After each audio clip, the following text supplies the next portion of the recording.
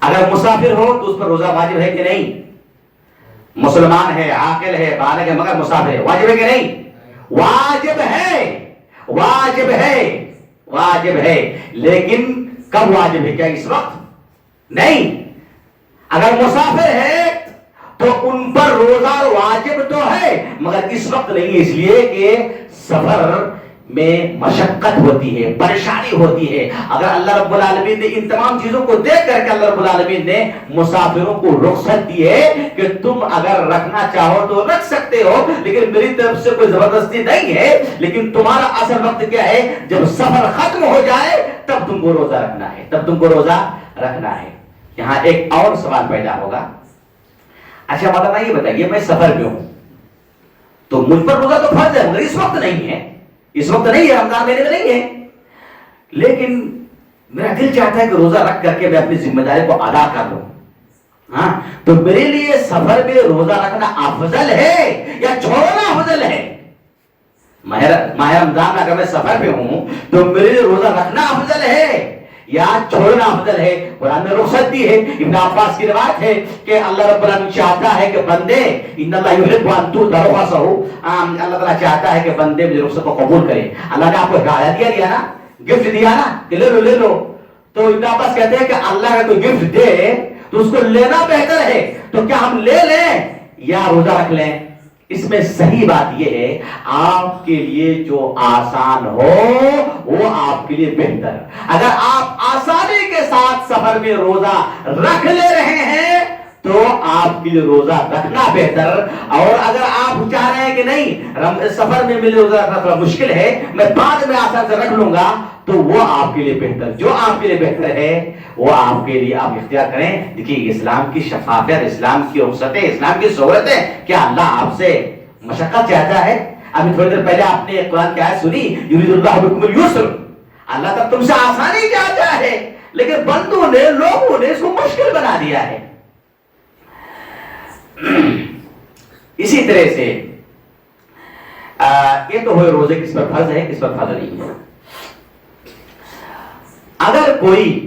اگر کوئی عورت ماہ رمضان میں اس کے پیریڈ آ جائیں تو روزہ فرض ہے کہ نہیں اس پر؟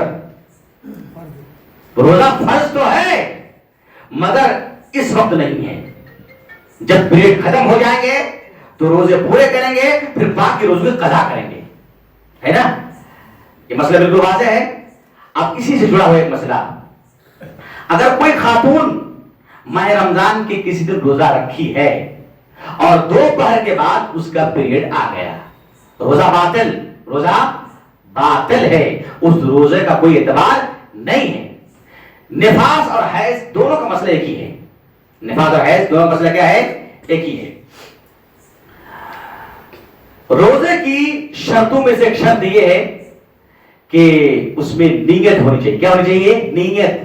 نیت کے بغیر روزہ نہیں ہوتا ہے۔ کیوں نہیں ہوتا ہے؟ اس کا فارمولا جان لیجیے۔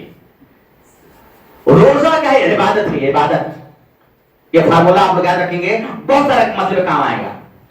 روزہ عبادت ہے اور کوئی بھی عبادت نیت کے بغیر قابل قبول نہیں ہے، معتبر نہیں ہے۔ صحیح بخاری کی پہلی حدیث ہے، انما الاعمال بالنیات۔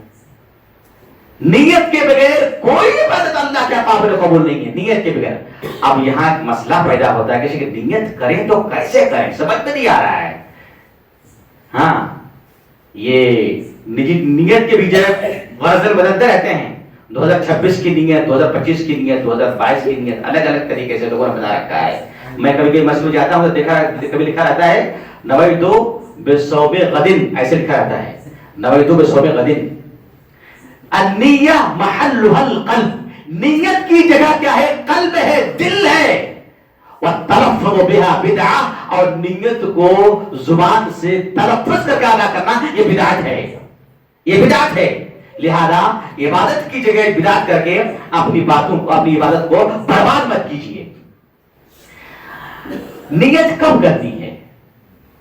روزے دو طرح کے ہوتے ہیں، ایک ہے فرض، ایک ہے نفل۔ بلکہ میں کہوں تو روزہ کی جو ہے اور بہت طرح اقسام ہیں، حرام روزے بھی ہیں۔ اچھا مولانا روزہ حرام بھی ہوتا ہے کیا؟ ہاں کیوں نہیں، روزہ حرام ہے، اس کے بعد نماز حرام ہے. نماز حرام مطلب الفیہ جو سرد جو پڑھتے ہیں 15 شعبان کو، حرام نہیں ہے؟ کوئی دلیل ہے اس کی؟ روزہ بھی حرام ہے، روزہ بھی حرام ہے. عید کے دن آپ روزہ رکھیں حرام ہے آپ کے لیے، ہے نا؟ تو روزے جن روزوں کا اللہ نے ہم حکم دیا ہے وہ دو قسم کے ہیں. وہ دو قسم کے، ایک ہے فرض، ایک ہے نفل. ایک ہے واجب، ایک ہے مستحب. اور واجب کی بہت سارے اقسام ہیں. ایک واجب یہ ہے جو زمانے کے ساتھ خاص ہے، جیسے ماہ رمضان کا روزہ. ایک واجب وہ ہے جو کسی وجہ سے واجب ہے، جیسے کفارہ کی روزہ، کفارات، ہاں قسم کا کفارہ ہے تو اس میں روزہ ہے. بہرحال اس کی ایک تفصیل ہے. اور ایک روزہ یہ ہے نظر کا روزہ. اگر کوئی نظر مان لیتا ہے، نظر اللہ کی طرف سے فرض کردہ نہیں ہوتی ہے، نظر انسان اپنے اوپر کسی عبادت کو لازم کر لیتا ہے. تو یہ 3 طرح کے روزے فرض ہیں. ایک زمانے کے ساتھ خاص جو ماہ رمضان ہے، ایک کفارے کے تمام روزے فرض ہے، اور ایک کیا ہے؟ ایک جو ہے نظر کا روزہ ہے. جو فرض روزے ہیں ان کی نیت صبح صادق سے پہلی ہونی چاہیے، نہیں تو روزہ برباد. من لم یبیت الصیام فلا صوم لہ. اللہ کے رسول نے فرمایا جو فجر سے پہلے نیت نہیں کرتا ہے اس کا روزہ نہیں ہوتا ہے، روزہ ہوگا نہیں آپ کا. یہ کس کے خاطر؟ فرض روزے کے خاطر. لیکن نفل روزے کی نیت آپ دن میں بھی کر سکتے ہیں. یہ نیا مسئلہ ہے مولانا، سن رہا ہوں پہلی بار. کیسے؟ وہ کیسے دن میں نفل روزے کی نیت کیسے کر سکتے ہیں آپ؟ یہ ممکن ہے کیا؟ ہاں ممکن ہے. کیسے بتا؟ آپ رات کو سونے کے بعد سوئی ہی رہے 8 بجے جاگے، فجر کی نماز پڑھ کے سو گئے، پانی وانی کچھ نہیں پیے، اور ظہر کے وقت جاگے، گھر میں کچھ ہے نہیں کھانے پینے کی چیزیں، تو آپ نے کہا کہ آج میں روزے کی نیت کر لیتا ہوں، تو آپ کا روزہ ہو جائے گا، نفل روزہ ہو جائے گا، ہے نا؟ لیکن اس کے لیے شرط یہ ہے کہ جب آپ نیت کر رہے ہیں اس سے پہلے صبح صادق کے بعد سے لے کر کے اور نیت سے پہلے تک آپ نے کوئی ایسا کام انجام نہ دیا ہو جس سے روزہ ٹوٹ جاتا ہے. یہ شرط ہے. اگر آپ نے صبح صادق کے بعد سے لے کر کے نیت کرنے تک کچھ پانی پی لیا ہے یا کچھ کھا لیا ہے تو پھر نیت سے کچھ فائدہ ہونے والا نہیں ہے. اس کی دلیل بہت ساری دلیل ہے. عائشہ کہتی ہے کہ دیکھو تو ہمارے گھر آئے اور کہا کہ عائشہ گھر میں کچھ ہے؟ کیوں؟ گھر میں کھانے میں کچھ ہے؟ کیا مطلب بولیے. اللہ کو کہہ رہے ہیں کہ عائشہ تمہارے گھر میں کھانے کے کچھ ہے؟ کیا مطلب؟ کس کے کیوں پوچھ رہے ہیں؟ کھانے کے لیے. مطلب کھانے کی چاہت ہے، میں کھانا چاہتا ہوں، اگر ہو تو میں کھا لوں گا، ہے نا؟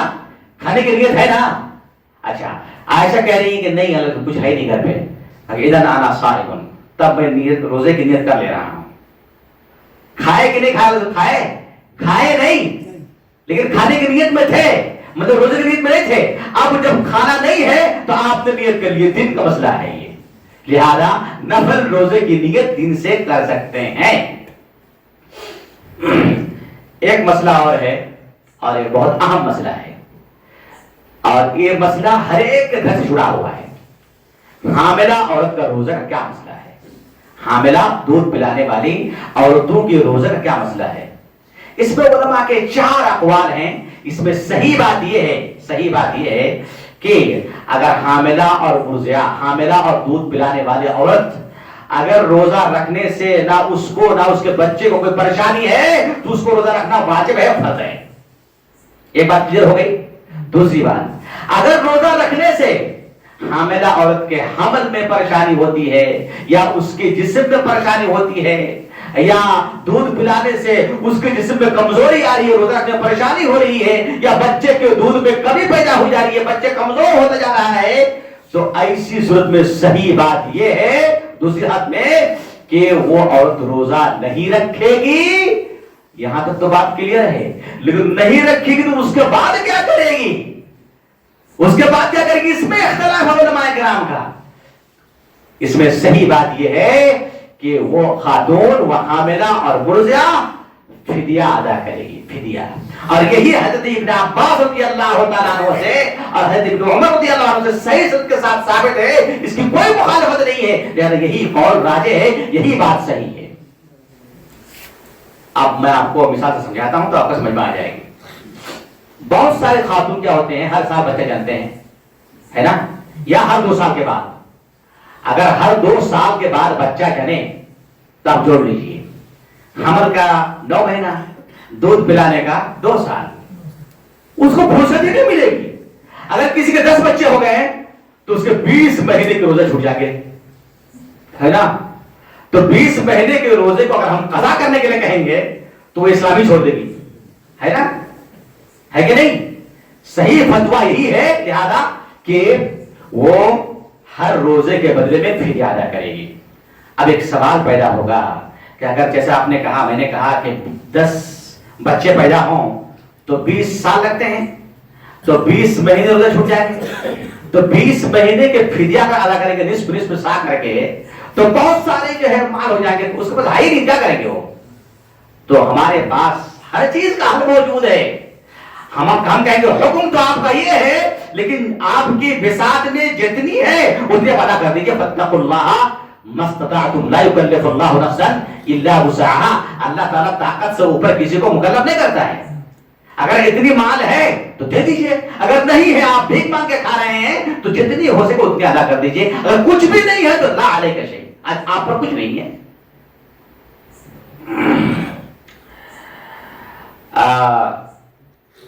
ایک مسئلہ آتا ہے کہ وہ مسئلہ شریعت میں ہمارے حجامہ کے ساتھ جڑا ہوا ہے. بلڈ ڈونیٹ کرنے سے روزہ ٹوٹ جاتا ہے یا نہیں؟ بلڈ نکالنے سے ٹیسٹ کے لیے آج کل سب مریض ہیں، ہاں کچھ بھی ہوتا ہے ڈاکٹر لوگ ماشاءاللہ بہت شریف ہیں، کہتے ہیں کہ آپ کا خون نکالنا پڑے گا چیک کرنے کے لیے، چاہے ماہ رمضان ہے جو بھی ہو، ان کا الگ مقصد ہے نا. تو کیا خون ڈونیٹ کرنے سے، عطیہ کرنے سے، یا خون کو ٹیسٹ کے لیے نکالنے سے روزہ ٹوٹ جاتا ہے؟ یہ مسئلہ جڑا ہو کس سے ہے؟ حجامہ سے ہے. آپ کو کس طرح سے، اس طرح کے عنوان سے آپ کو فقہ کتابیں یہ مسئلہ نہیں ملے گا. باب الحجامہ کہہ کر کے وہ مسئلہ ملے گا کہ پچنا لگانے سے روزہ ٹوٹتا ہے کہ نہیں ٹوٹتا ہے. اس میں علماء کا اختلاف ہے. صحیح بات یہ ہے کہ پچنا لگانے سے روزہ نہیں ٹوٹتا ہے. ابن عباس کہتے ہیں کہ احتجب النبی صلی اللہ علیہ وسلم وهو صائم، آپ صلی اللہ علیہ وسلم پچنا لگائے روزے کی حالت میں. اور ابن عباس کب کا واقعہ بیان کر رہے ہیں؟ یہ بیان کر رہے ہیں اللہ کے رسول صلی اللہ علیہ وسلم کے ساتھ سفر کا واقعہ بیان کر رہے ہیں. ابن عباس اللہ کے رسول کے ساتھ حجۃ الوداع کے موقع پہ تھے. اس سے پہلے چھوٹا بچہ تھا، وہ 12-13 سال کا جو وہ بچہ تھا، وہ کیسے جائے گا؟ لہذا ابن عباس آخری آپ کے آخری حال کو بیان کر رہے ہیں. آپ نے روزے کا جب پچنا لگائی، مطلب خون نکالنے سے روزہ نہیں ٹوٹتا ہے. لہذا کوئی اس وہم و گمان بنا رہے اور روزہ بھائی روزہ کیوں رکھے ہیں، اگر میں خون نکال کے ٹیسٹ لیے روزہ چھوڑ دیا ہوں، نہیں. خون نکالنے سے روزہ نہیں ٹوٹتا ہے، ڈونیٹ کرنے سے نہیں ٹوٹتا ہے. لہذا یہ مسئلہ کو سمجھنے کی ضرورت ہے. ایک مسئلہ ہے جی کہ ماہ رمضان میں جن چیزوں سے روزہ ٹوٹتا ہے ان کی 2 قسمیں ہیں. ایک یہ ہے کہ روزہ ٹوٹتا بھی ہے اور آپ کا کفارہ بھی لازم ہے، اور کچھ چیزیں ایسی ہیں کہ اس میں روزہ ٹوٹتا ہے کفارہ لازم نہیں ہے. میں پہلے کو ذکر کروں گا اس لیے کہ اس سے متنبع ہونا بہت ضروری ہے، بہت خطرناک مسئلہ ہے. وہ یہ ہے کہ ماہ رمضان میں اگر دن میں رات میں ہر ایک کی بیوی حلال ہے اور اپنے بیوی کے ساتھ وہ تعلقات قائم کر سکتے ہیں جس کے لیے آپ ان کو شادی کیے ہیں. رات کا کوئی مسئلہ نہیں، دن کا مسئلہ، روزے کے حال کا مسئلہ. اگر کوئی انسان بحالت روزہ اپنی بیوی سے مل لیتا ہے دن میں تو اس کا روزہ گیا. یہاں تک تو ٹھیک ہے، لیکن اب جانے کے بعد اس پر کفارہ بھی لازم ہوتا ہے. کفارہ لازم ہوتا ہے. کفارہ کیا ہے؟ کفارہ یہ ہے کہ وہ ایک غلام آزاد کرے، ایک غلام آزاد کرے. غلام تو ہے نہیں. دوسرے نمبر پہ آتے ہیں اگر غلام نہ ملے تو پیدر پہ 2 مہینہ روزہ رکھے. ایک روزے کے بدلے میں کتنا رکھنا پڑے گا؟ 2 مہینے 7 دن کے روزے. منظور ہے کسی کو؟ ہے کوئی تیار؟ اچھا اگر یہ نہ کر سکے تو 60 مسکینوں کو کھانا کھلانا پڑے گا. بخاری کی روایت ہے, ابو حریرہ کہتے ہیں کہ ہم لوگ مجلس سے بیٹھے ہوئے تھے, ایک صحابی آئے اور کہا کہ اللہ ہلاک دو, اللہ میں ہلاک ہو گیا. کہا کیا ہوا؟ کہا کہ وقعت علی امراتی فی نہر رمضان, میں نے اپنی بیوی سے ہم بستری کر لی ہے رمضان مہینے کے دن میں. تو کہا کہ ایک غلام رد کرو. کہا کہ اللہ کی طاقت نہیں ہے, کہاں سے رد کرو, میں تو غریب انسان ہوں. کہا کہ 2 مہینے کا روزہ رکھو. کہا 1 مہینے کی حالت ہے تو 2 مہینے میں کیسے روزہ رکھو؟ ہاں. تو کہا کہ اچھا ٹھیک ہے تو بیٹھو, تو تم 60 مسکینوں کو کھانا کھلا دو. کہا کہ اللہ کے رسول اب میرے یہاں یہ بھی تو طاقت نہیں ہے, میں تو غریب انسان ہوں. کہا بیٹھو. اسی درمیان ایک صحابی کھجور کے گچھے لے کے آئے. تو اللہ نے کہا کہ لو اور مدینے کے فقراء میں تقسیم کر دو. تو کہا کہ اللہ کے رسول واللہ ما بین لابۃ المدینہ افقر من بیتی, اللہ کے رسول مدینے کے حرہ شرقیہ اور حرہ غربیہ کے درمیان مجھ سے زیادہ کوئی فقیر نہیں ہے, میں ہی سب سے بڑا فقیر ہوں. تو اللہ نے کہا کہ جا کل ہوا تم اہلک, جاؤ تم بھی کھاؤ اور تمہارے اہل و عیال کو کھلاؤ. تو یہ حدیث اس بات کی واضح دلیل ہے کہ آپ کو کفارہ دینا پڑے گا, ساتھ ہی ساتھ اس روزے کی قضا بھی ضروری ہے. دوسری بات میں ہے وَصُمْ يَوْمًا مَكَانَهُ, اور اس دن کے بدلے میں اس دن کی جگہ پہ ایک دن روزہ بھی رکھو. لہذا قضا بھی واجب اور کفارہ بھی واجب. یہاں ایک مسئلہ, ایک ماڈرن مسئلہ آتا ہے, نیو مسئلہ آتا ہے. یہ تو پرانا مسئلہ ہے. مسئلہ کیا ہوتا ہے, کچھ نوجوان کیا کرتے ہیں, اب بیوی سے ملنے کی اس کو خواہش جگی, تو وہ سمجھ آج کی تقریر سن کے گیا, تو کہا کہ اچھا اگر ڈائریکٹ مل لوں گا تو کفارہ واجب ہو جائے گا. کیا کرتا ہے, اس سے پہلے ارادہ ہے ملنے کا, کیا کرتے ہیں, نہیں ہم مل کر کے روزہ افطار نہیں کریں گے, پہلے کچھ کھا لیں گے, روزہ توڑ دیں گے. اب تو روزہ نہیں رہے ہم, اب تو ہم روزہ دار نہیں رہے, پھر ملے جا کر کے. تو اب کیا ہے اس کا حکم, اس کو کہتے ہیں ہیلا شرعیہ, کہتے ہیں ہیلا باطلہ. افوان جیسے ہیلا باطلہ, مقصد کیا ہے اس کا, بیوی سے ملنا, لیکن کیوں نہیں ملا, وہ سن کے رکھا ہے کہ اگر ملوں گا تو ڈائریکٹ وہ کفارہ دینا پڑے گا. لیکن تدبیر کیا ہے, پہلے کچھ پانی پی لیتا ہوں, پینے کے بعد روزہ دار نہیں رہا, میں مل لوں گا. اب جو گناہ ہوگا وہ آپ روزے سے نہیں ملے. تو اس میں صحیح فتویٰ یہی ہے. ابن قیم رحمہ اللہ نے اس مسئلہ کو یہ الواقعین کے اندر بڑی تفصیل سے لکھا ہے اور کہا کہ ایسے انسان پر کفارہ ہونا ضروری ہے, اور صحیح بات ہے کفارہ ضرور واجب ہے. کفارہ کیا ہے, واجب ہے. اس میں اور ایک مسئلہ, اچھا شیخ یہ بتائیے, اگر شوہر اور میاں بیوی اگر ملاقات کرتا ہے, ہم بستری کرتا ہے دن میں روزے کے ہاتھ میں, تو کفارہ تو شوہر پر ہے, عورت پر کفارہ ہے کیا, ہے کہ نہیں؟ مرد کی بات تو ہم نے تو پوری تفصیل سے بتا دی, عورت پر کفارہ ہے کہ نہیں؟ اس میں بیوی کی 2 حد ہوتی ہے. ایک حد یہ ہے کہ بیوی بھی راضی ہے, تیار ہے. اگر راضی ہے, تیار ہے, تو اس پر بھی سیم وہی جو آپ پر ہے. لیکن اگر بیوی راضی نہیں ہے, آپ نے زبردستی اس کو جو اس سے اپنی پیاس بجھائی ہے, تو پھر بیوی کا نہ روزہ غلط ہے نہ اس پر کفارہ, اس کا روزہ بھی صحیح اور اس کا کفارہ بھی نہیں ہے. کیوں؟ اس لیے کہ وہ مکرہ ہے, اس کو مکرہ, زبردستی سے روزہ نہیں ٹوٹتا. مثال کے طور پر اگر آپ مسلمان ہیں, روزہ توڑنا نہیں چاہتے ہیں, لیکن روزہ توڑو نہیں تو ماروں گا, گولی مار دوں گا, پانی پیو تو گولی مار دوں گا. آپ نے پانی پی لیا, آپ نے پانی کیا کیا, پی لیا, مگر کس لیے پیا, موت کے ڈر سے. کیا آپ کا روزہ ٹوٹے گا؟ نہیں ٹوٹے گا. کیوں؟ اس لیے کہ آپ نے اس کو اپنی طرف سے کھایا نہیں ہے. روزہ جن چیزوں سے ٹوٹتا ہے ان چیزوں کو 2 شرطوں کے ساتھ اگر کوئی کرتا ہے تو روزہ ٹوٹتا ہے. نمبر 1 عمدن, اپنے ارادے سے کرتا ہے, اپنے اختیار سے کرتا ہے, ذاکرن اور جان بوجھ کر کرتا ہے.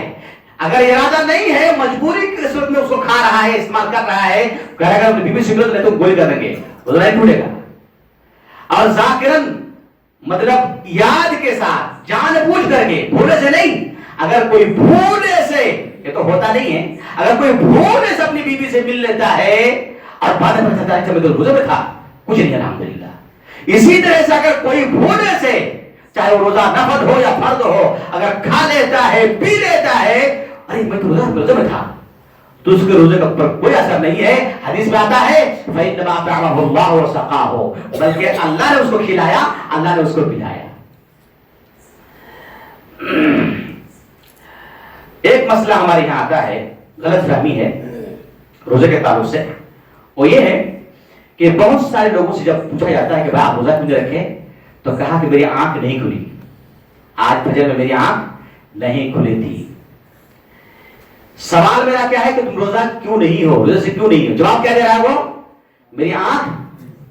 تو اس کے جواب میں ایک مسئلہ چھپا ہوا ہے، وہ کیا ہے؟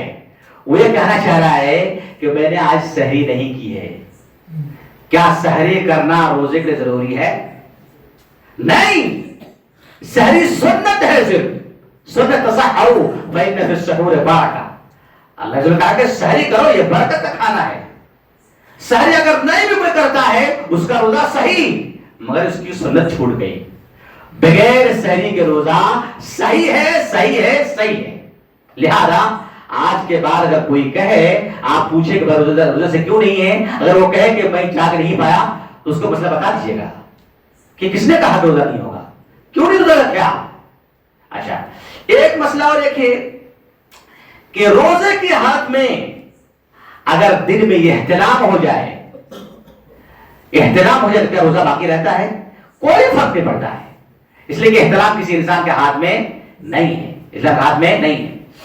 اسی طرح سے ایک مسئلہ بہت ہی جو شباب کے جماعت میں مسئلہ پھیلا ہوا ہے، وہ یہ ہے کہ ماہ رمضان کے روزے کے ہاتھ میں یا کسی بھی روزے کے ہاتھ میں دن میں اگر کوئی مشت زنی کرتا ہے تو کیا اس کا روزہ ٹوٹتا ہے؟ کیا اس پر کفارہ ہے یا نہیں؟ جیسے بیوی سے ملنے پر کفارہ ہے. تو اس میں صحیح بات یہ ہے کہ اس کا روزہ ٹوٹ جاتا ہے، اس لیے کہ روزہ نام ہے کھانا پینا اور شہوت کو چھوڑنے کا نام، اور مشت زنی سے شہوت مٹتی ہے، کم ہو جاتی ہے، لہذا اس سے روزہ ٹوٹ جاتا ہے. یہ چند مسائل تھے جو آپ کو بتانا میں ضروری سمجھ رہا تھا. اللہ تعالیٰ سے دعا ہے کہ اللہ رب العالمین ہم تمام کو آنے والے اس کے بعد بار بار ماہ رمضان کی روزہ رکھنے کی ہمیں توفیق عطا فرمائے، اور سنت کے مطابق روزہ رکھنے کی توفیق عطا فرمائے، تاکہ یہ ساری چیزیں اللہ رب العالمین کی یہاں ہمارے لیے ذریعہ نجات بن سکے، اور اللہ رب العالمین کا رحم و کرم ہو، اور ہم جنت الفردوس میں ہمیں جگہ عنایت ہو. ھذا وصلی اللہ علی نبینا محمد وعلی آلہ وصحبہ وسلم، والسلام علیکم ورحمۃ اللہ وبرکاتہ.